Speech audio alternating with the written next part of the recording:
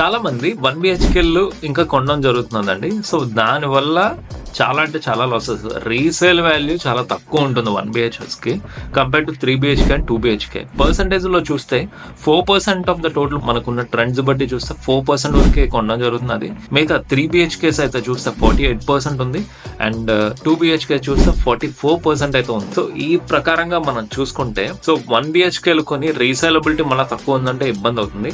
Number of builders కట్టేది కూడా 1 BHK చాలా తక్కువ, బట్ బయర్స్ దానికి ఉంటారు. మాకు 1 BHK ఉంటే చాలా అనుకునే వాళ్ళు కూడా ఉంటారు. బట్ ఏం చేస్తారంటే 1 BHKని స్టూడియో అపార్ట్మెంట్ కి కన్వర్ట్ చేయగలిగితే దాని మీద మీరు ప్రాఫిట్స్ ఎక్కువ చేసుకోగలుగుతారు. సో ఆ బిల్డింగ్ కూడా ఆ స్టూడియో అపార్ట్మెంట్ రేంజ్ లో కనిపిస్తేనే మీకు మళ్ళీ సేలబిలిటీ ఉంటుంది. సో అందరు లైక్ మైండెడ్ పీపుల్ అందరూ ఉంటేనే మీకు కూడా ప్రాఫిట్. సో చూసుకుని నెక్స్ట్ టైం కొనండి. ఇలాంటి మంచి మంచి వీడియోస్ మనం మీ ముందు తీసుకొస్తాం. So please do subscribe to our channel. అలాగే ఈ వీడియోకి మీరు లైక్ చేయండి. మళ్ళీ కొత్త వీడియోలో మళ్ళీ కలుద్దాం.